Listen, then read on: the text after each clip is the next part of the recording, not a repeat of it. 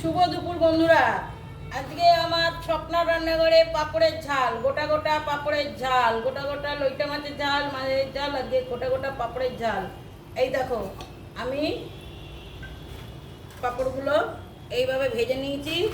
এইভাবে গোটা গোটা দিয়ে দেবো, দিয়ে খুন্তি দিয়ে একটু ভেঙে দেবো, আবার এইভাবে দিয়ে দেবো, খুন্তি দিয়ে ভেঙে দেবো।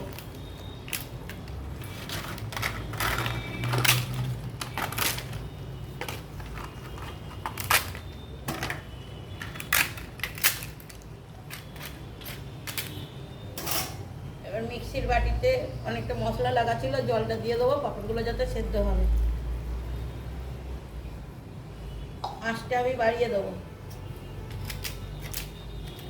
দিয়ে পাঁপড় নরম তো ঢাকা দেবো না।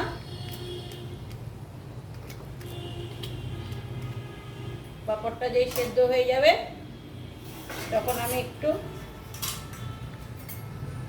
লাস্টেই ধনেপাতা কুচিয়ে রেখেছি, ধনেপাতা ছড়িয়ে নামিয়ে নেবো। রাখি, আমরা খাই, তোমরাও খেয়ে নাও। Tata, bye bye.